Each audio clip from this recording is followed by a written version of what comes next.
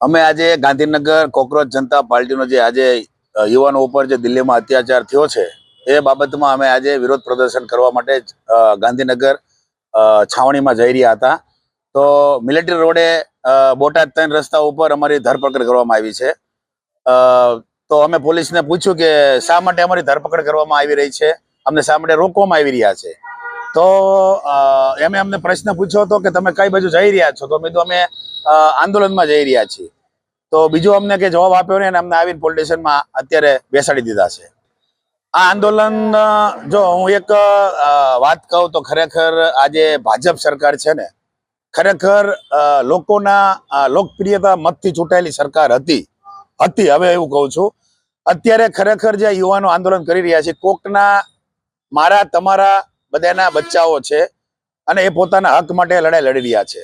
તો ખરેખર આ ભાજપ સરકારે ખાલી ને ફક્ત યુવાનોની માંગણી ધર્મેન્દ્ર પ્રધાન જે શિક્ષણ મંત્રી છે એમના રાજીનામાની છે અને ખરેખર એ વ્યાજબી એમની માંગ છે તો પૂરી કરવી જ હોય. નગર મને હવે એવું લાગી રહ્યું છે કે હવે ભાજપ સરકાર જેમ કોંગ્રેસના મૂળિયા ઉખડીને જેમ ભાજપ સરકારે ફેંકી દીધી હતી, એમ જ આ યુવાનો આ ભાજપ સરકારના મૂળિયા ઉખડીને ફેંકી દેશે. આગામી સમયમાં જો ધર્મેન્દ્ર પ્રધાન રાજીનામું નહીં આપે તો આમ આદમી પાર્ટી રાણપુર ટીમ અહીંયા ભૂખ હડતાલ ઉપર બેસશે.